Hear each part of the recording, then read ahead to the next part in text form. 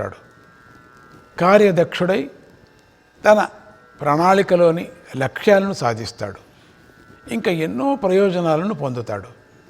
ఇక కాలం మీద గమనిక లేని వాడికి కాలం విలువే తెలీదు. అతడు ఎంత చక్కని ప్రణాళికను రూపొందించుకున్నా దానిని సాధించలేడు. అంటే ప్రయోజనం లేనివాడవుతాడు. కనుక ఉగాది పండుగ కాల నియమావళిని తెలిపే పండుగ అని ప్రతి ఒక్కరూ తెలుసుకొని నియమాలను ఆచరించి అలా ఆచరించిన వాడు భగవంతుణ్ణి పూజించిన వాడు అవుతాడు. ప్రతి మనిషికి తన పనులు నెరవేరాలనే ఆశ ఉంటుంది. తన ఆశయాలు ఫలించాలనే కోరిక ఉంటుంది. వ్యాపారస్తులు ఈ సంవత్సరం అంతా లాభదాయకంగా ఉండాలని కోరుకుంటూ ఉంటారు కదా. ఇక రైతన్నలు ఈ ఏడాది అంతా కూడా పంటలు బాగా పండాలని ఆశిస్తూ ఉంటారు.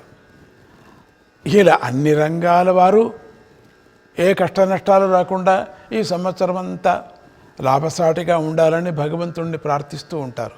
అంచేత అందరూ కూడా ఈ రోజున భగవంతుడు ప్రసాదించిన పంచాంగం ద్వారా ఆచరించవలసిన నియమాలను తెలుసుకొని ఆచరించాలి. ఆ పంచాంగంలో కాలపురుషుడైన భగవంతుడు మన భవిష్యత్తును తెలిపాడు. ఆచరించవలసిన మంచి చెప్పాడు, ఆచరించకూడని చెడును కూడా చెప్పాడు.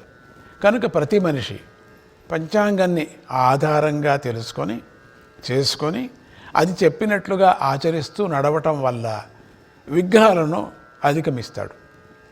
ఉపాయంగా కష్టాలను నివారించుకుంటాడు, విజయాలు సాధిస్తాడు. ఇది కాలపురుషుడైన భగవంతుడు మన మీద చూపించిన అపార దయ.